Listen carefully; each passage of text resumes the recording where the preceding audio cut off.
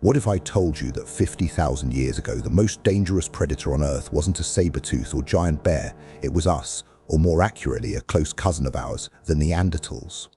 Thick, boned, ice-blooded, and terrifyingly smart. They weren't prey, they were predators.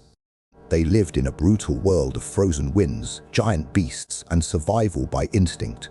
But these beings didn't just endure, they mastered the hunt, turning the most savage environments into their hunting grounds. And for hundreds of thousands of years, they were untouchable. We often imagine them as hunched and dumb, but that's far from the truth. Neanderthals were muscular, strategic, and highly skilled in ways we're only beginning to understand. They weren't monsters, but they were killers. Their strength was immense, their bones thicker than ours, their arms packed with raw power. While we ran long distances, they ended fights quickly and up close. Their tools weren't elegant. They were brutal, optimized for stabbing deep into meat and bone. Picture a group of them crouched in snow-covered bushes, silent and still, eyes locked on a mammoth herd. One flick of the hand, and they move like shadows, surrounding, ambushing, finishing. No roar, no warning, just a quiet, coordinated end. They didn't just rely on muscle, their brains were as large as ours, and in some areas even larger.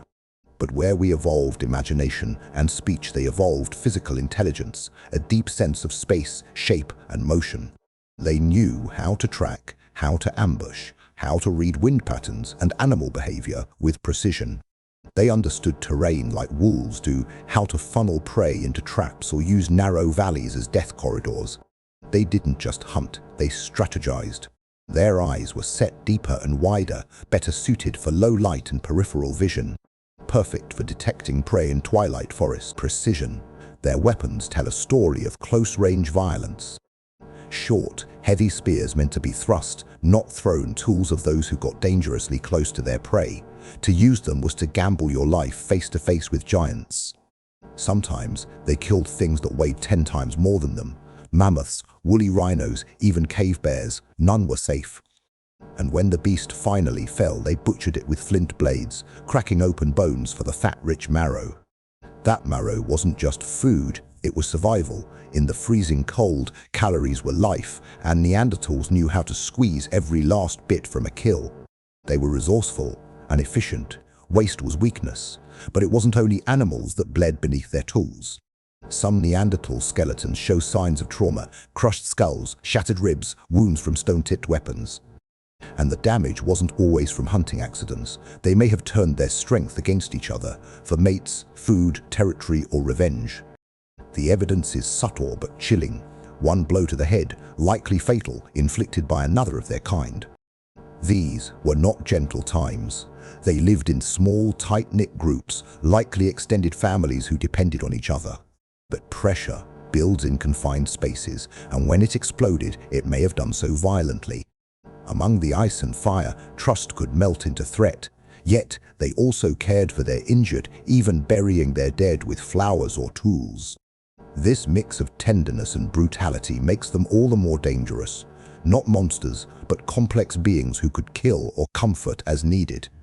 They had fire, not just for warmth, but for control. With fire, they could drive animals toward traps, ward off predators, and illuminate caves for nighttime hunting. Fire of what came in and out, while the interiors became places of safety, planning, and maybe even ritual. And when they hunted in the open, they did so with a predator's confidence. They worked as a team, each member with a role, flankers, drivers, killers. They didn't need words to coordinate. A look, a nod, a signal, and the hunt began. We now know their hearing range was similar to ours, perhaps even more tuned to low-frequency sound. This could mean they whispered tactics or communicated through subtle growls, just enough to share intent without alerting prey. Their world was crowded with danger, wolves, hyenas, big cats, and rival humans, but they held their ground for hundreds of thousands of years. Because while they feared no beast, it was perhaps only us, Homo sapiens, that they underestimated. As Homo sapiens began migrating into Neanderthal territory, two worlds collided. Ours, more agile, more adaptable, more social. Theirs, stronger, colder, and more direct. For a while, they lived side by side. But something shifted. We see signs of competition in the archaeological record. abrupt changes in tool styles, sudden disappearances of Neanderthal settlements. Perhaps it started with shared hunting grounds, then came suspicion, then came blood. Some scientists believe interbreeding occurred. Evidence lives in our DNA today. Imagine standing on a cliff's edge 60,000 years ago, watching the fog roll over a frozen valley. In the distance, something moves, not beast, not man, but something in between. That shape in the mist is a Neanderthal, and you've just been spotted. Before you even have time to react, he's gone, vanished into the trees. But he's not alone. A hunting group flanks behind you now, silent, coordinated, and entirely unseen. To them, you're not a fellow human, you're an intruder, maybe even prey. Neanderthals were not primitive wanderers. They were territorial and organized, and they understood the land better than we did when we arrived. If you stepped into their forest uninvited, you might not step out again. They had no walls, no flags, no maps, but their territory was carved deep into memory. They remembered every slope, every stream, every shelter. If something moved where it didn't belong, they knew. And they dealt with it. This wasn't a world with diplomacy or mercy. Survival meant defending your hunting grounds, your food sources, your family. And Neanderthals were willing to kill to keep what was theirs. That wasn't savagery, that was survival. Their life expectancy was brutal. Most didn't make it past 40. Injuries, infections, or just winter itself could end a life. But it wasn't just nature they feared, it was others like them, or others like us. When groups of early Homo sapiens entered Neanderthal lands, it wasn't a peaceful handshake between cousins, it was a clash of two apex predators. And in those cold, dark forests, only one would emerge alive. Many believe Neanderthals were outcompeted, smarter humans with better tools simply replaced them. But what if it wasn't so clean? What if it was war? This wasn't hunting. This was murder, and it went both ways. We weren't saints. Human remains from the same era show similar wounds, crushed skulls, hacked limbs, broken spines. These weren't accidents. These were battles, and they were personal. You don't fight someone who doesn't scare you. You fight someone who threatens you. And the Neanderthal, with his strength and skill, was not a foe you took lightly. It's likely that every fight was a gamble with your life. Now imagine this, you're in a small Homo sapiens clan, one of your scouts disappears, then another. Soon your fires are found smothered, your footprints watched, you're being hunted, not by animals, but by other humans, stronger ones. Neanderthals could survive brutal winters with limited resources, which meant they could survive longer than us without food. That gave them patience. They didn't have to strike first, they just had to wait until you made a mistake. And when they did strike, they did it with terrifying efficiency. One moment you're asleep near a fire, the next, a heavy spear shatters your ribs. A hand clamps over your mouth. Silence, then darkness, then nothing. Archaeologists have uncovered, but not enough. Familiar but not family, like seeing your reflection warped, something ancient staring back. We may have feared their silence, their stillness, the way they didn't speak like us, yet moved with deadly unity. Their eyes that didn't blink under firelight. Their shadows that moved in the fog like ghosts from some colder world. There's a reason Neanderthals were painted as monsters in early anthropology. The brutish other, the primal threat. That story was wrong, but the fear underneath, that part might have been earned. Even today, when we reconstruct their faces, there's an unease. The brow is heavier, the eyes deeper, the mouth quiet but firm. Not beast, not quite us, a stranger from a nightmare you've never had, but instinctively dread.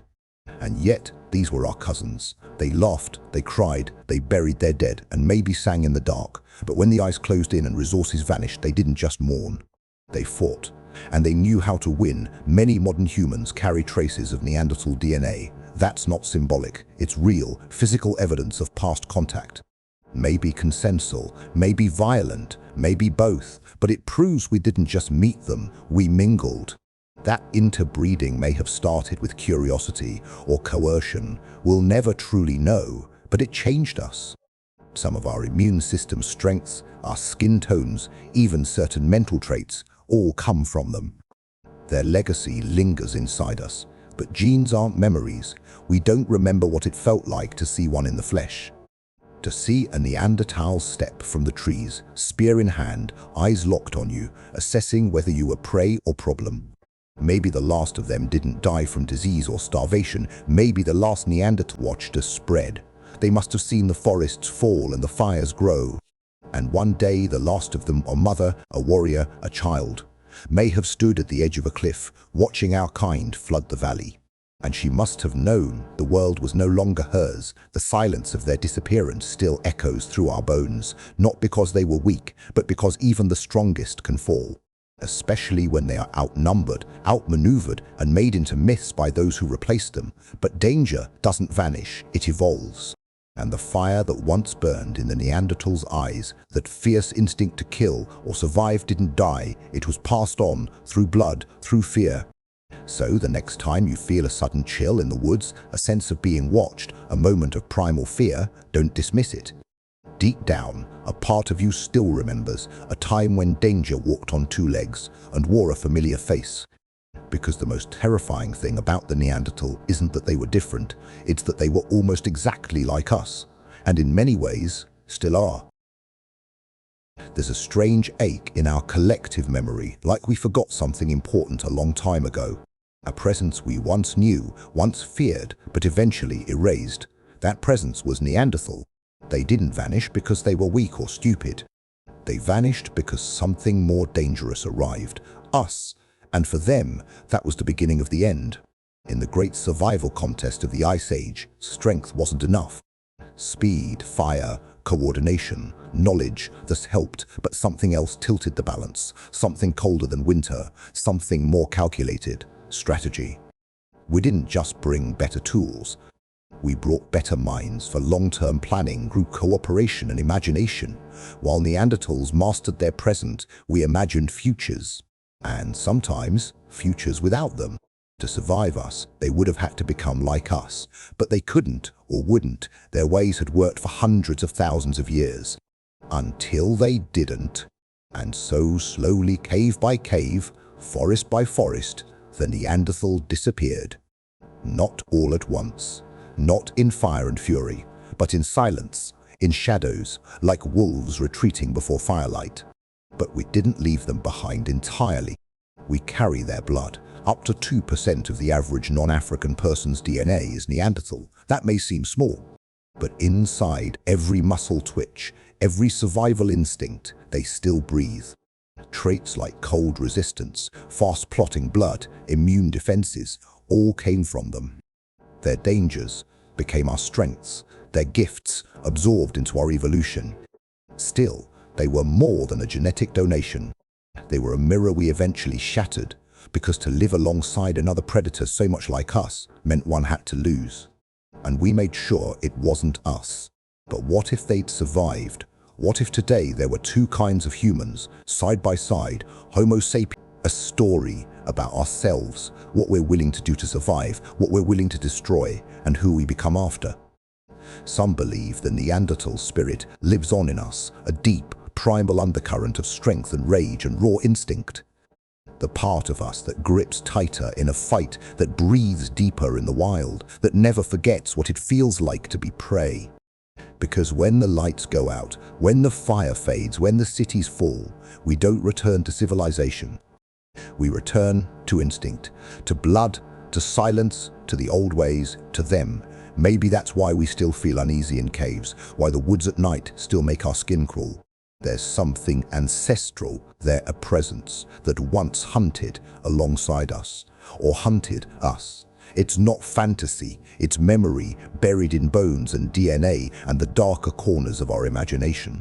A genetic whisper that says something else was here before you, and it was strong. And maybe it still is. So the next time you hear about the missing link or the dumb Neanderthal, remember this: they were never dumb. They were never primitive. They were survivors, fighters, predators, and in many ways better suited for the Ice Age than we were. They didn't go extinct because they were less. They went extinct because we were more adaptable, more numerous, more ruthless. But that doesn't mean we were better. We inherited the earth. But at what cost? What wisdom did we bury when we buried them? What wildness? What strength? There's power in remembering that we are not nature's first success story. We are one of many. And some of those others were smarter, stronger, and more dangerous than we give them credit for. Neanderthals were not a failed version of us. They were a different version.